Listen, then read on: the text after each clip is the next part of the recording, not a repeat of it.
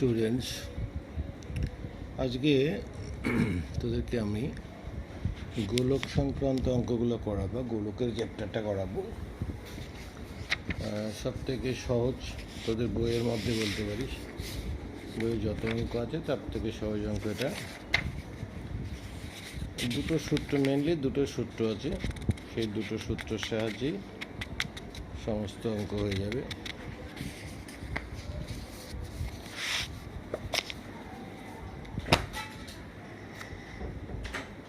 সূত্র দুটো হচ্ছে, একটা যদি ব্যাসার্ধকে যদি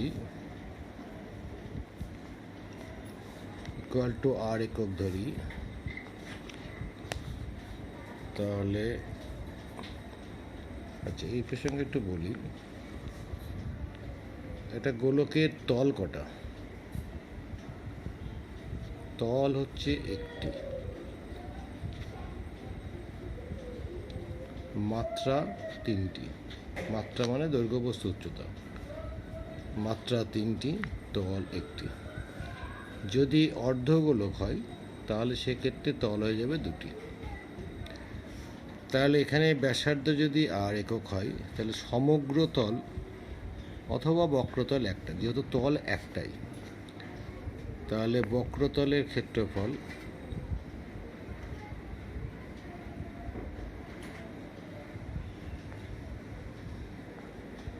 equal to 4 pi R square, এত বর্গ একক।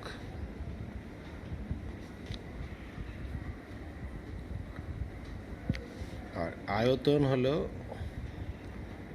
তার মধ্যে কতটা পরিমাণ পদার্থ আছে তার পরিমাণ, 4/3 পাই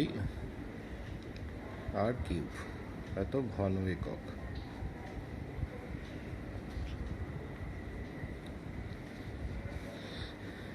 এটাই হয়ে গেল একটা গোলকের সূত্র, আর কিছু নেই।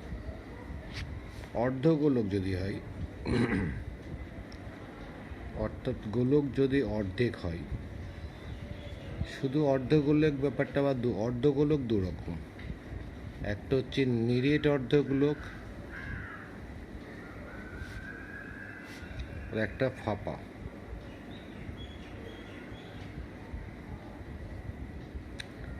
অর্থাৎ নিরেট অর্ধগোলক কেমন, ধর একটা খুব গোলকাকার তরমুজকে যদি মাঝখান থেকে কাটা যায় তাহলে একটা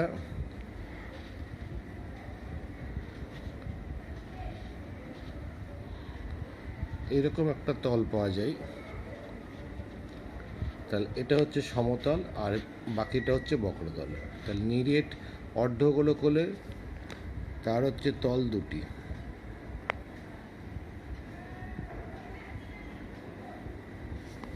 ফাঁপা হলে তল একটি।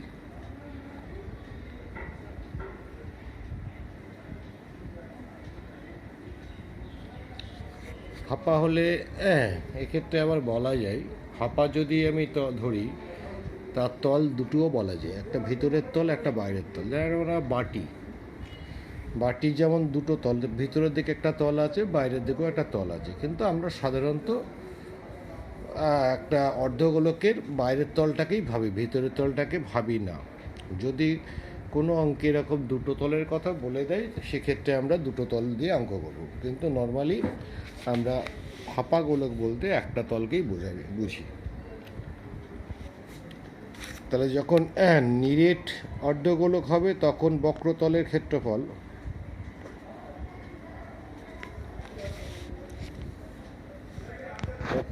ক্ষেত্রফল ইকুয়াল টু, অ্যাকচুয়ালি এই যে অর্ধগোলক এটা 4 পাই আর স্কোয়ার ছিল, তার অর্ধেক হলো 2 পাই আর স্কোয়ার, আর এটা যেহেতু একটা বৃত্ত তাহলে এটা পাই আর স্কোয়ার, তাহলে হচ্ছে মোট 3 পাই আর স্কোয়ার। আর যদি ফাঁপা হয় সেক্ষেত্রে 2 পাই আর স্কোয়ার। একটি তল, মাথায় রাখবে এটা বাইরের দিকে তলটাকে আমরা বুঝছি। হ্যাঁ, এখন না, পরে পড়াচ্ছি। তাহলে বক্রতলের ক্ষেত্রফল কি বললাম, যদি নিরেট হয় তাহলে হচ্ছে 3 পাই আর স্কোয়ার, আর যদি ফাঁপা হয় তাহলে 2 পাই আর স্কোয়ার। সেক্ষেত্রে আমরা শুধু বাইরের তলটাকেই ভেবে করব। আয়তন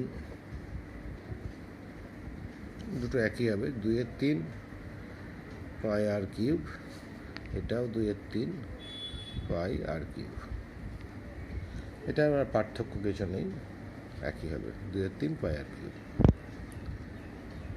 এই হচ্ছে অঙ্কে এই চ্যাপ্টারে অঙ্কের সূত্র শুধুমাত্র এইটুকু, আর কিছু নেই। তোদের যে প্রশ্নমালা আছে সেই প্রশ্নমালার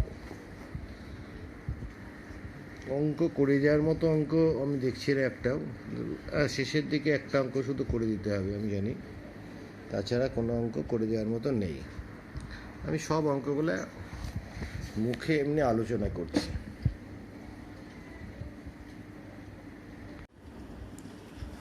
আমি অঙ্ক ধরে কয়েকটা অঙ্ক আমি একটু বলে দিচ্ছি। যেমন 1 নম্বরের অঙ্কটি, একটি গোলকের ব্যাসার্ধ দৈর্ঘ্য 10.5 সেন্টিমিটার হলে তার সমগ্রতলের ক্ষেত্রফল কত? সমগ্রতল মানে তো একটাই তল, সুতরাং বক্রতলের ক্ষেত্রফল বার করলেই সমগ্রতলের ক্ষেত্রফল হয়ে যাবে। অর্থাৎ এখানে 4 পাই আর স্কোয়ার, আর এর মান 10.5 বসিয়ে দিয়ে ক্যালকুলেশন করলে অঙ্কটা হয়ে যাবে। পরেরটা বলছে 2 নম্বর, একটি চামড়ার বল তৈরি করতে প্রতি বর্গ সেমি 17 টাকা 50 পয়সা হিসাবে 431 টাকা 20 পয়সা খরচ হয়েছে। বলটির ব্যাসের দৈর্ঘ্য, তার মানে আমরা যদি এরকম লিখে করি যে 17 টাকা 50 বা 17.50 টাকা খরচ হয় 1 বর্গ সেমিতে, 1 টাকা খরচ হয় কত, আর 431.20 টাকা খরচ হয় কত। এটা বার করলে তাহলে আমরা বক্রতলের ক্ষেত্রফলটা পেয়ে গেলাম। এবার লিখবি, ধরি ব্যাসার্ধ হচ্ছে আর সেন্টিমিটার, যে তারপরে শর্তানুসারে 4 pi R square equal to ওই যেটা বেরোবে ক্ষেত্রফল যেটা বেরোবে সেটা, ওখান থেকে আর এর মান বার করলেই হয়ে যাবে।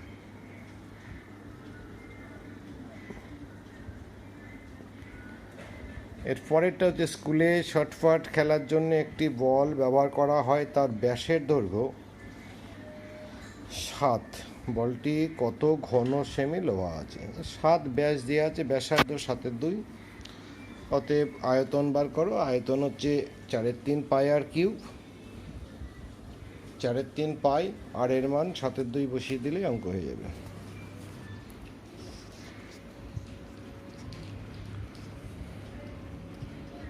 চারেরটা, 28 সেমি দৈর্ঘ্যের ব্যাসার্ধ বিশিষ্ট একটি নিরেট গোলক জলে সম্পূর্ণ নিমজ্জিত করলে যে পরিমাণ জল অপসারিত করবে তা নির্ণয় করো। কিছুই নয়, ভাষাটা পাল্টে দিয়েছে, এটাও আয়তন বার করতে হবে। জলের মধ্যে কোনো কিছু ফেললে ততটাই জল অপসারণ করে যতটা বস্তুটির আয়তন। তাহলে এখানে বস্তুটির আয়তন বার করলো, অর্থাৎ ব্যাসার্ধ হচ্ছে 14 সেমি ব্যাসার্ধের একটি গোলকের আয়তন বার করলে হয়ে যাবে। পরে, কোনো গোলকাকার গ্যাস বেলুন ফোলানোর সময় তার ব্যাসার্ধ 7 থেকে 21 সেমি হলে বেলুনটির পূর্বের ও পরের সমগ্রতলের ক্ষেত্রফলের অনুপাত নির্ণয় করি। তাহলে প্রথমে ব্যাসার্ধ ছিল 7 সেমি, তাহলে অর্থাৎ সেক্ষেত্রে সমগ্রতল বা বক্রতলের ক্ষেত্রফল হচ্ছে 4/7 স্কোয়ার। আবার যখন ব্যাসার্ধ 21 সেমি হলো তখন সমগ্রতলের ক্ষেত্রফল 4/21 স্কোয়ার। এখানে মান বসাবি না, পায়ের মান বসানোর দরকার নেই। অতএব পূর্বের ও পরের সমগ্রতলের ক্ষেত্রফলের অনুপাত লিখবি 4/7 স্কোয়ার ইস টু 4/21 স্কোয়ার। 4/4 উঠে গেল, এবার 49 ইস টু 21 স্কোয়ার করলে 441 হয় মনে হচ্ছে, সেটাকে ছোট করে যেটা হবে সেটাই অনুপাত। একটি অর্ধ গোলাকৃতির বাটি তৈরি করতে এত বর্গ সেমি পাত লেগেছে। বাটির মুখের ব্যাসের দৈর্ঘ্য, এটা ব্যাসার্ধ ধরে নে। আর তাহলে যেহেতু এটা বাটি তৈরি করতে পাত লেগেছে, তার মানে এখানে শুধু আমি বাইরের তলের ক্ষেত্রফলটাই বার করব, অর্থাৎ 2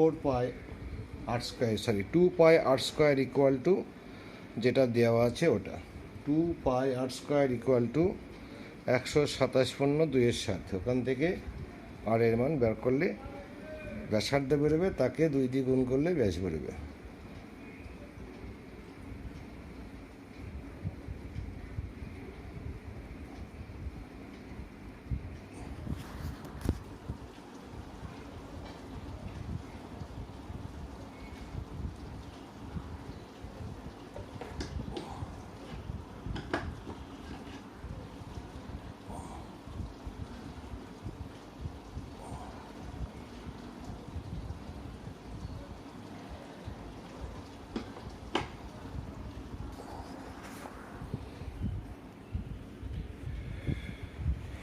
এরপরেরটি একটি নিরেট লোহার গোলকের ব্যাসার্ধের দৈর্ঘ্য 2.1।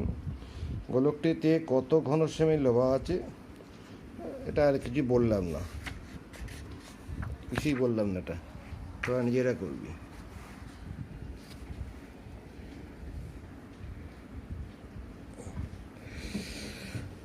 আট নয় এই দুটো একই রকম অঙ্ক। একটি নিরেট সীসার গোলকের ব্যাসের দৈর্ঘ্য দেওয়া আছে, ব্যাসার্ধ বার করে নিবি। এই গোলকটি গলিয়ে 3.5 সেমি দৈর্ঘ্যের ব্যাসার্ধের কতগুলি নিরেট গোলক তৈরি করা যাবে? তাহলে প্রথমে বড় গোলকের আয়তন বার কর, 4/3 পাই 7 আর লিখবি একটি ছোট গোলকের আয়তন 4/3 পাই 3.5 তার হোল কিউব, বা এটা তুই 7/2 লিখতে পারিস। 3.7 মানে হচ্ছে 7/2। তাহলে তোদের ক্যালকুলেশন করতে সুবিধা হবে যে 4/3 পাই 7/2 তার হোল কিউব। অতএব গোলকের সংখ্যা হবে, প্রথম যে আয়তন হলো তাকে ছোট গোলকের আয়তন দিয়ে ভাগ করলে আমি গোলকের সংখ্যা পেয়ে যাব।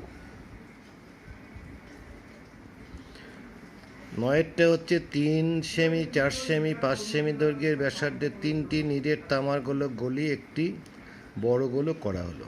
তা প্রথমে 3টি গোলকের আয়তন বার কর।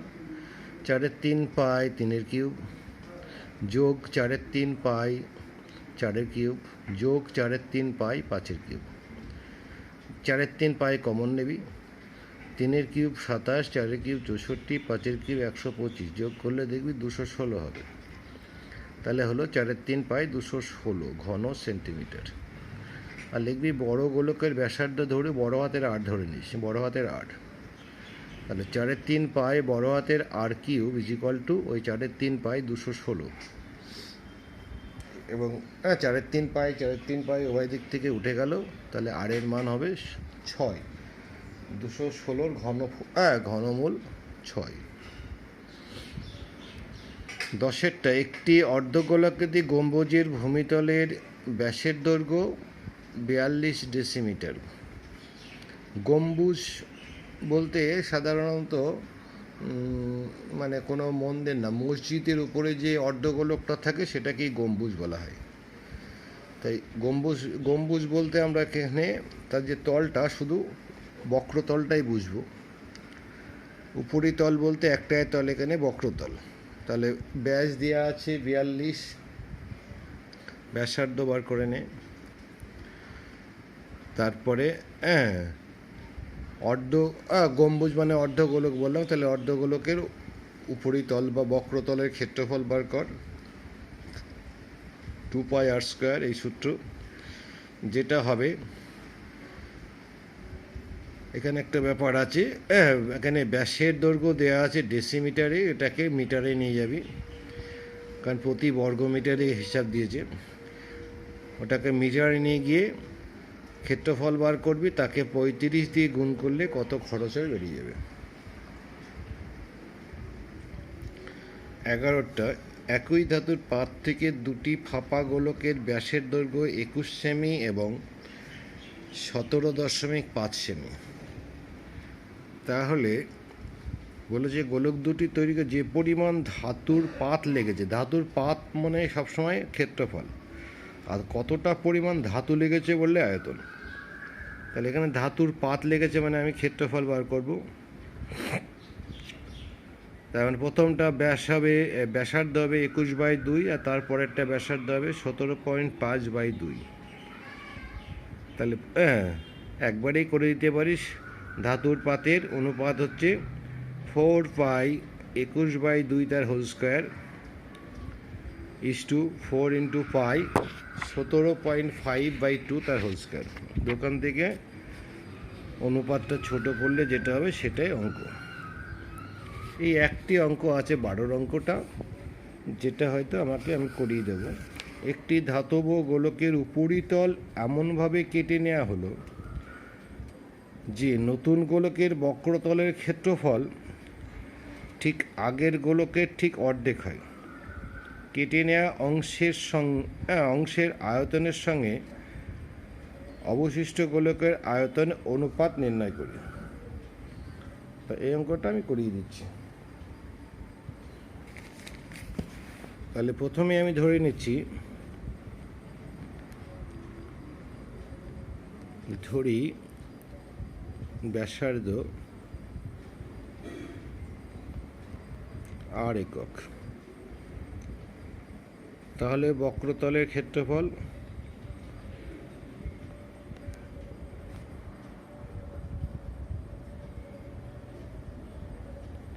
ফোর পাই r স্কোয়ার বর্গ একক।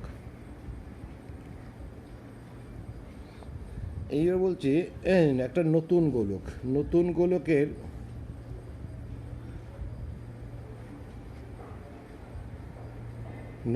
গোলকের ব্যাসার্ধ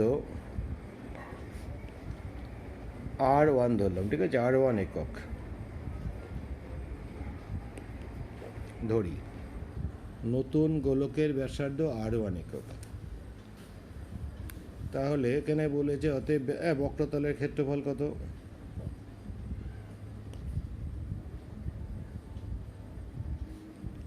ফোর পাই r1 স্কোয়ার বর্গ একক। 4π r1 স্কোয়ার বর্গ একক। তাহলে বলেছে নতুন গোলকের বক্রতলের ক্ষেত্রফল আগের গোলকের ঠিক অর্ধেক, অর্থাৎ 4π r1 square equal to half into 4 × π r square. তাহলে 4π উঠে গেল। তাহলে r1 square equal to 1/2 r square. তাহলে r1 is equal two r/√2। r1 is equal two r/√2, এটা পি না কিন্তু r। তাহলে r1 is equal two r/√2। এবার বলছি কেটে নেওয়া অংশের আয়তনের সঙ্গে অবশিষ্ট গোলকের আয়তনের অনুপাত। তাহলে প্রথমে আয়তন ছিল কত? প্রথমে আয়তন ছিল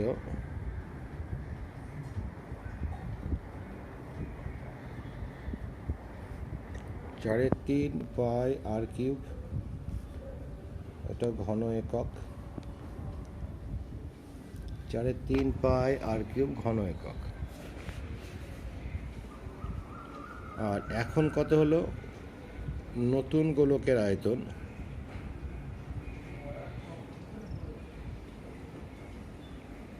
নতুন গোলকের আয়তন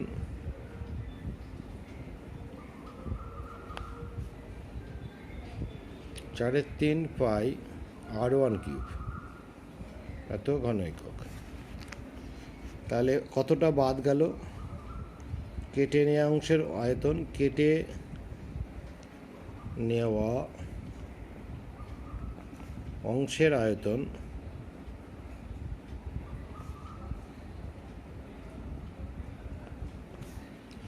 আগেরটা থেকে পরেরটা বিয়োগ করলে বোঝা যাবে 4/3 পাই r³ মাইনাস 4/3 পাই r1³।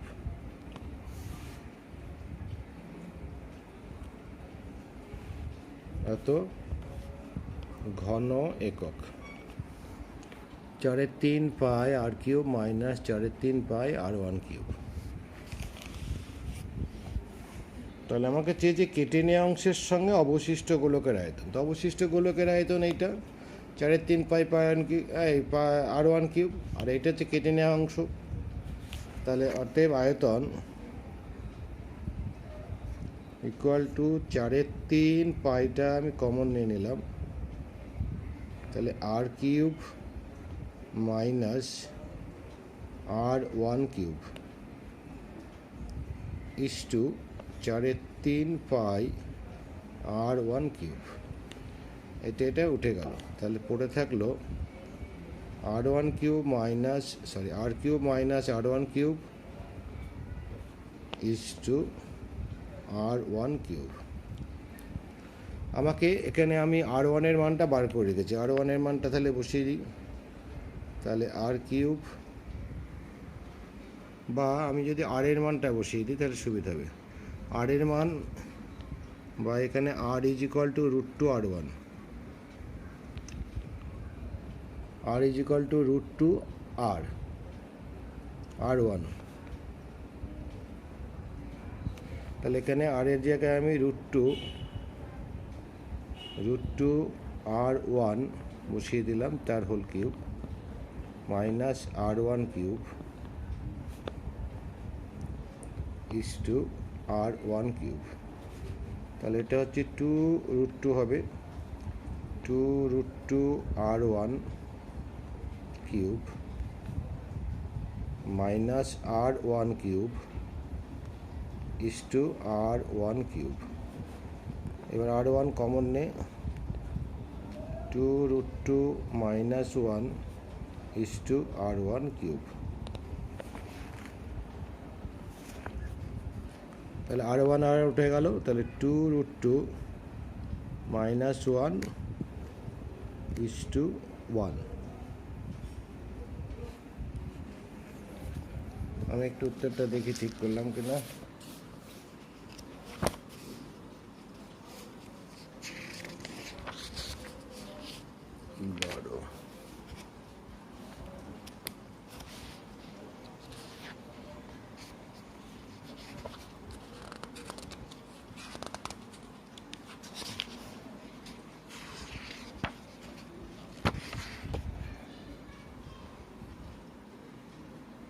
হ্যাঁ ঠিক আছে, 2√2 মাইনাস 1 ইস টু 1।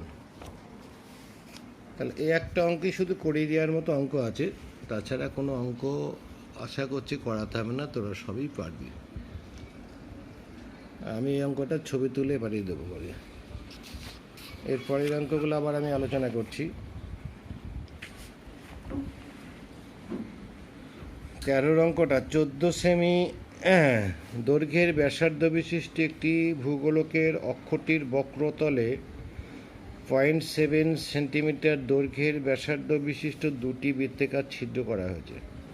ভূগোলকটি গোলাকার অংশের পাতাবের ক্ষেত্রফল, এটা দুটো সেন্টিমিটার আছে। প্রথমে পুরো গোলকের সমগ্র তলের ক্ষেত্রফল বা বক্রতলের ক্ষেত্রফলটা বার কর।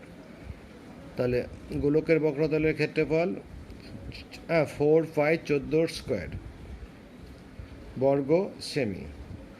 আর লিখবি দুটো বৃত্তাকার ছিদ্রের ক্ষেত্রফল, অ্যাকচুয়ালি একটা বৃত্তাকার হচ্ছে পাই আর স্কোয়ার, তার মানে দুটো এখানে 2 পাই আর স্কোয়ার, তাহলে 2 পাই ইন্টু 0.7 তার হোল স্কোয়ার।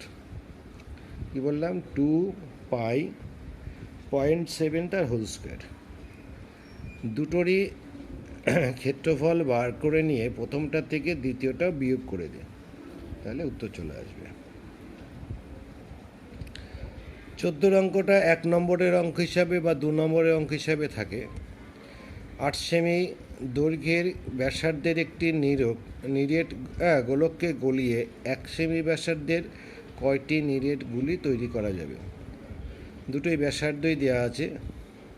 অনেক সময় 1 সেমি দৈর্ঘ্যের ব্যাস বলে দেয়, তাকে এটা খেয়াল রাখতে হবে, ব্যাস না ব্যাসার্ধ।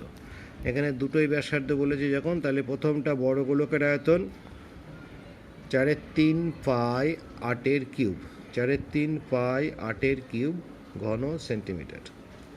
আর একটি ছোট গোলকের আয়তন 4/3 পাই 1 কিউব 1 কিউব, তাহলে অতএব গুলির সংখ্যা হবে প্রথমটার আয়তনকে দ্বিতীয় আয়তন দিয়ে ভাগ কর, অর্থাৎ 4/3 4/3 কেটে গেল, 8 বাই 1, তার মানে 8 মানে 512, আর নিচে 1, তাহলে 512টি গুলি তৈরি করা যাবে। এবারে আমি MCQগুলো আলোচনা করছি। একটা দেখ, বলছে 2r দৈর্ঘ্যের ব্যাসার্ধ বিশিষ্টের নিরেট গোলকের আয়তন, সূত্রে ফেলে দে, কিচ্ছু বলবো না, শুধু আরের জায়গায় এখানে 2r লিখবি। 2r তার হোল কিউব হবে, 4/3 2r তার হোল কিউব। আর দুটি নিরেট গোলকের আয়তনের অনুপাত বলা আছে 1:8, তাদের বক্রতলের ক্ষেত্রফলের অনুপাত। এই অঙ্কগুলো একটু সহজভাবে বলে দিচ্ছি। যে কোনো ঘনবস্তুর আয়তনের অনুপাত যদি যা দেওয়া থাকে তার ঘনমূল করলে ক্ষেত্রফলের ব্যাসার্ধের অনুপাত হয়। যে কোনো, সেটা তোর লম্ববৃত্তাকার চোঙ হতে পারে, গোলক হতে পারে, শঙ্কু হতে পারে, যাই হোক না কেন।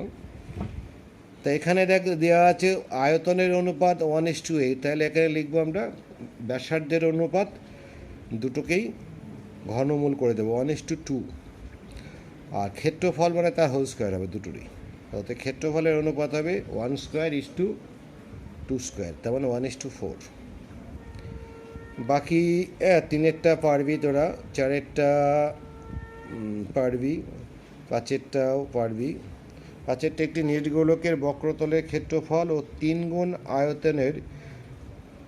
গুণ আয়তনের সংখ্যামান সমান। এখানে বলা হয়েছে, তার মানে লিখবি যে 4πr² = 3 গুণ 4/3 ইন্টু 4πr³ না, মানে 4πr³ না, আবার বলছি 4πr² = 3 গুণ 4/3 πr³। তার মানে 3 কেটে গেল, 4 কেটে গেল, আর এর মান হয়ে যাবে 1, বোধহয় সম্ভবত 1।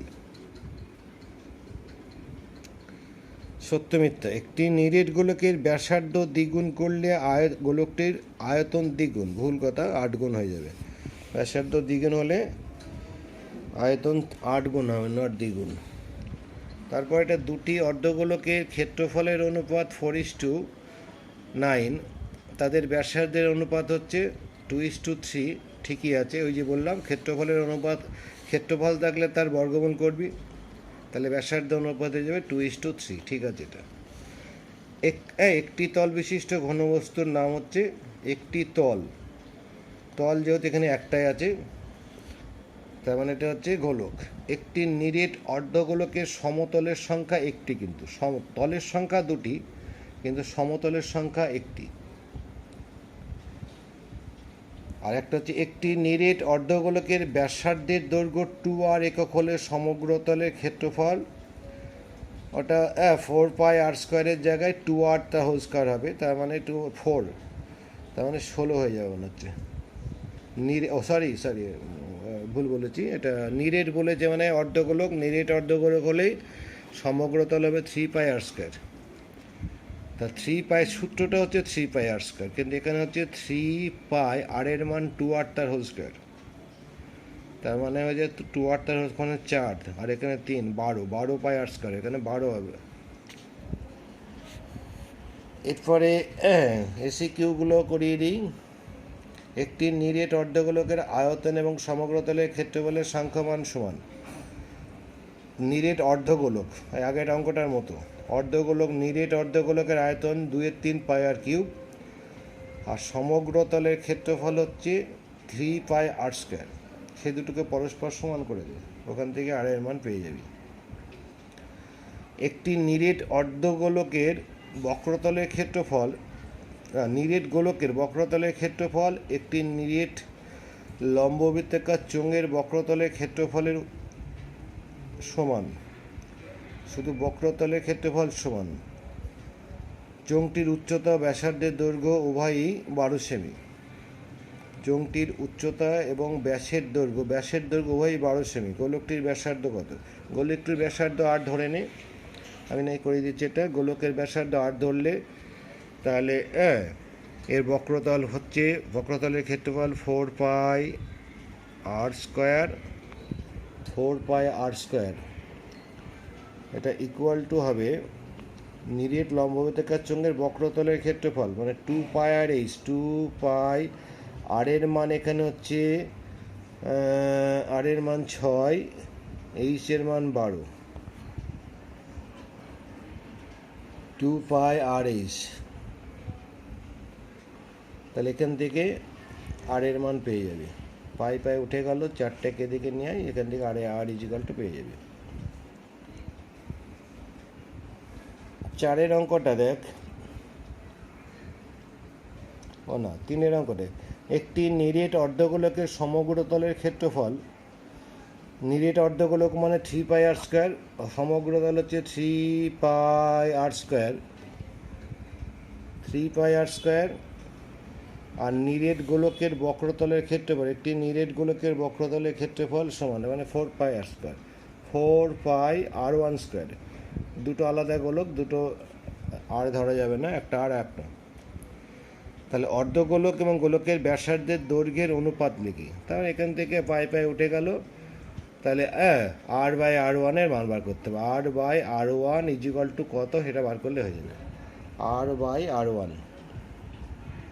R/R1 ইজিক্যাল টু কত বার করলে হয়ে যাবে।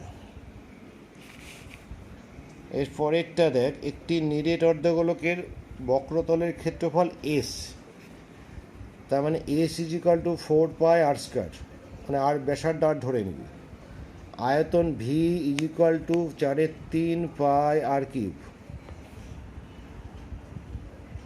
এবার বলেছি S³/V² মান, তার মানে এখানে S এর মান এটা বসাবি, V এর মান এটা বসাবি, বসিয়ে দিয়ে যেটা হবে সেটাই। পায়ের মান বসাতে নিষেধ করেছে, অ্যাকচুয়ালি পাই পাই কেটে যাবে, মোস্ট ইজি। একটি গোলকের ব্যাসার্ধের দৈর্ঘ্য 50% বৃদ্ধি করলে বক্রতলের ক্ষেত্রফল শতকরা কত? এই অঙ্কটা ভালো অঙ্ক বা একটু বড়। দেখ, এটা হচ্ছে আমি এখানে করাচ্ছি।